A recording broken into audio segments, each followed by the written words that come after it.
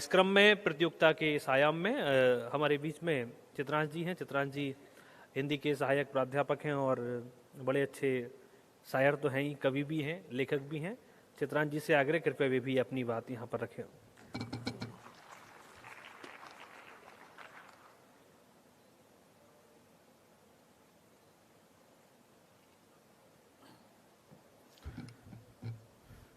बोलिए भारत माता की, भारत माता की।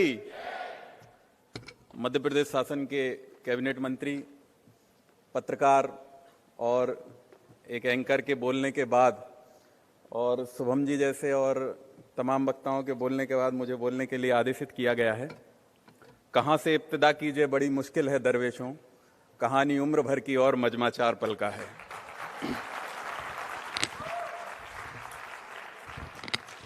वैसे तो मैं इंजीनियर हूं और इंजीनियरिंग करते करते, इंजीनियरिंग की नौकरी करते करते साहित्य से लगाव हो गया तो शायर हो गया, शायरी करते करते पढ़ने से लगाव हो गया तो प्राध्यापक बन गया और सहायक प्राध्यापक का काम करते करते क्लास में खड़े होने की आदत हो गई। तो अगर मैं बोलना शुरू कर देता हूं तो 45 मिनट का एक लेक्चर होता है। तो आप बिल्कुल बोझिल नहीं होंगे, इस बात के लिए मैं आश्वस्त करता हूं कि मैं बहुत मुख्तसर लूंगा। आज मैं अपने प्राध्यापक वाले गुणधर्म का पालन नहीं करूंगा, लेकिन कुछ बातें मैं आपके साथ जरूर साझा करना चाहता हूं, जिनमें जो आपके लिए, यहां से जो लोग जीत के जाएंगे उनके लिए बहुत काम में आएंगी। सबसे पहले तो आर्टिफिशियल इंटेलिजेंस के यूज को लेकर मैं बात करना चाहूंगा कि हमें आर्टिफिशियल इंटेलिजेंस का हम यूज तो कर रहे हैं, लेकिन कैसे करना है। हमने बहुत सारे बच्चों को आज देखा है कि एक ही पंक्ति का कई लोग कोट कर रहे हैं। हमने नहीं देखा कि इस विषय को लेकर आर्टिफिशियल इंटेलिजेंस क्या कह रहा है, लेकिन बच्चों को पढ़ाते पढ़ाते आप लोगों के साथ बीच में रह रहे कि इतना तो पता चल गया है कि कौन सा जवाब कहां से आ रहा है। तो आप लोग इस बात का जरूर ध्यान रखें कि हमें उसकी हेल्प लेनी है, उसका हाथ पकड़ के आगे नहीं बढ़ना है।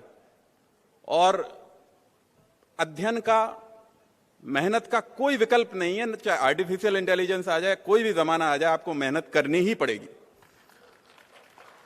आप अगर अच्छा अध्ययन करेंगे तो जब आप कोट करेंगे ना, मैं यहां देख रहा था कि कोई वीर रस की कविता पढ़ रहा है। जरूरत नहीं थी इस बजट के भाषण में वीर रस की कविता पढ़ने की। आपके पास 3 मिनट का समय है, उस 3 मिनट में आप वीर रस की कविता पढ़ रहे हैं। निश्चित रूप से अगर आपको कहीं से कोई कौटिल्य के अर्थशास्त्र का कोई विषय ऐसा ध्यान में आ रहा है जो इस विषय से संबंधित है, उसे आप कोट कर लें, लेकिन वो कब आएगा संबंधित। आर्टिफिशियल इंटेलिजेंस तो नहीं बताने वाला आपको, ना ही वो ये बताएगा कि रघुवंशम में कालिदास ने कैसे भरत जी को राम भगवान शिक्षा दे रहे हैं अर्थशास्त्र की, ना वो कौटिल्य का अर्थशास्त्र कोट करेगा, वो तो अपने मन से बताएगा। तो आपको इस चीज का ध्यान रखना है कि आपको अध्ययन बराबर करना है और जहां कहीं आपको लग रहा है कि कौटिल्य ने क्या कहा ये पूछना है, ये आपके दिमाग में आइडिया आ गया, तो वहां आर्टिफिशियल इंटेलिजेंस आपकी हेल्प कर सकता है। रामचरितमानस में क्या कहा है, क्या कहा गया है बजट को लेकर, अगर इस संबंध में आप उसमें कुछ सर्च करना चाहें तो संभव है कि आपको कुछ दे दे वो, लेकिन आप पूरी तरह से उस पर डिपेंड हो जाएंगे तो मुझे नहीं लगता कि आपका कुछ कल्याण होने वाला है इससे। 2-3 चीजें और मैं आपके साथ, जब मैं आप लोगों को यहां पर सुन रहा था तो मैंने लिखा है। एक जगह माननीय मंत्री जी भी कह के गए हैं कि डिसिप्लिन की कमी की बात कही है उन्होंने।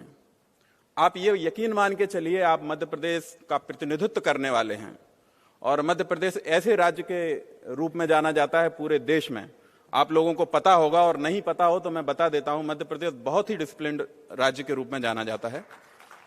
और मध्य प्रदेश का कोई भी प्रतिभागी अगर कहीं भी प्रतिनिधित्व करता है तो हमारी जिम्मेदारी 4 गुनी बढ़ जाती है। जैसे माँ बाप की लाज रखने के लिए उसके बच्चे और बच्चियां होते हैं, और जब वो समाज में जाते हैं और अगर वो कुछ अच्छा करते हैं तो माँ बाप का सीना गर्व से चौड़ा होता है, अगर वो कुछ गलत कर लेते हैं तो माँ बाप को शर्मिंदगी होती है। आप यकीन मानिए, मध्य प्रदेश की पूरी जनता आप पे वही भरोसा रखती है। इस चीज का भी आपको ध्यान रखना है। कुछ छात्र छात्राएं जब पढ़ रहे थे यहां पर, तो मैंने एक चीज देखी कि छात्राएं यहां पर, या छात्र भी, मैं आपको छात्र छात्राएं इसलिए कह रहा हूं क्योंकि मेरी आदत में है और निश्चित रूप से मैं भी छात्री हूं, हम सब लर्न कर रहे हैं। तो अपना एक भाषण उन्होंने तैयार किया है 5 मिनट या 3 मिनट या 4 मिनट का।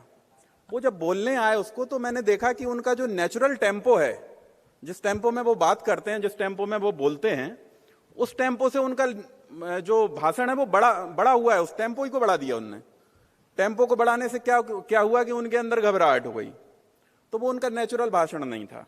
उन्हें अपनी नेचुरल आवाज में ही बोलना है। ज्यादा वो हो तो उसकी प्रैक्टिस कर लें, आप 2-4 बार प्रैक्टिस कर लें। और अगर आपको लगता है कि 3 मिनट में आपकी बात खत्म नहीं हो रही है, तो एक अनुभव और कर लें कि अगर कोई बात हमें 3 मिनट में खत्म करनी है तो 3 मिनट में कैसे खत्म करें। जो बात मैं आपसे 5 या 10 मिनट में अभी संवाद करने वाला हूं, वो बात मैं 45 मिनट में ही बोलता हूं क्लास में, लेकिन अभी जो आपसे बात कर रहा हूं वो अपने कौशल के कारण ही 15 मिनट में कॉम्पैक्ट करूंगा, 10 मिनट में कॉम्पैक्ट करूंगा। तो हमें इस चीज का बहुत ध्यान रखना है कि हमें अपना टेम्पो नेचुरल रखना है। अगर आप थोड़ा सा तेज भी बोलते हैं तो कोई बात नहीं है। माननीय कैबिनेट मंत्री जी आए थे, उनका टेम्पो थोड़ा ज्यादा है। कुछ मंत्री जी ऐसे होते हैं, हमारे पूर्व प्रधानमंत्री माननीय अटल बिहारी वाजपेयी जी, उनका टेम्पो कम था, लेकिन भाषण के प्रभाव में कोई कमी नहीं थी। हम आज भी उन्हें 1-1 घंटे बैठ के सुनते हैं। तो ये हमारी नेचुरलिटी जो होनी चाहिए, जो हमारी स्वाभाविक गुण है, उसी के साथ रहें, कुछ भी आर्टिफिशियल ना करें। 2-3 चीजें जो मैंने और लिखी हैं, जब मुझे लग रहा था कि मुझे नोट करना चाहिए। जब हम किसी विषय पर बोलते हैं तो हमें यह ध्यान रखना है कि हम उस विषय का विश्लेषण करने आए हैं, ना कि हम विषयत्तर जाके और अपने विचार अन्य दिशाओं में व्यक्त करने लगे। कुछ लोग विषयत्तर हो गए थे और वो बजट से हट गए थे और बजट के अलावा बात कर रहे थे। उसके लिए अलग से मंच होता है। ये कोई सामान्य भाषण की प्रतियोगिता नहीं थी, ये एक विषय पर आधारित भाषण की प्रतियोगिता थी। तो हमें ये ध्यान रखना है कि हम जो भी बोलें वो विषय पर आधारित ही बोलें। मेरे पास बहुत सारे विषय हैं, लेकिन मैं इस विषय से नहीं हटूंगा जिस विषय पर मैं आज बात करने के लिए आपके बीच उपस्थित हुआ हूं। दूसरी चीज मैंने एक देखा है कि कुछ लोग शब्दों की, जब हम बातचीत करते हैं तो हमारे बीच में शब्दों की वर्जना होनी चाहिए। कुछ शब्द हम अपने भाषण में, अपने वक्तव्य में ऐसे प्रयोग कर लेते हैं जिनका प्रयोग सामान्यतः ना तो मंच से किया जाना चाहिए और ना ही आम बोलचाल में तो नहीं किया जाना चाहिए, लेकिन आम बोलचाल में फिर भी चल जाता है कि दोस्तों के बीच में कर रहे हैं। लेकिन मंच से कई प्रकार के शब्दों की, शब्दावली की और शैली की वर्जना होती है। उस शब्दों की, उन शब्दावलियों की और उस शब्द शैली की वर्जना के साथ ही हमें अपनी बात कहनी चाहिए।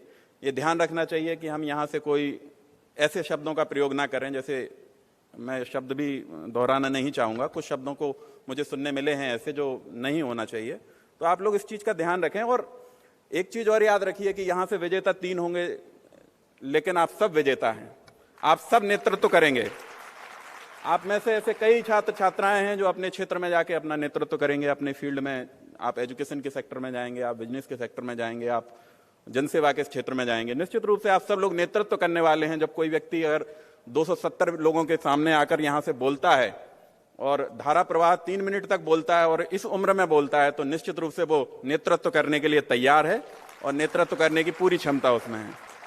तो जो लोग जीतने वाले हैं उनके लिए मेरी बहुत बहुत शुभकामनाएं, और जो लोग भावी भविष्य में, आगामी भविष्य में जो लोग नेतृत्व करने वाले हैं उनके लिए भी मेरी शुभकामनाएं। और आप सब लोग बहुत अच्छा करें। इस कार्यक्रम के लिए बहुत बहुत बधाई, बहुत बहुत धन्यवाद।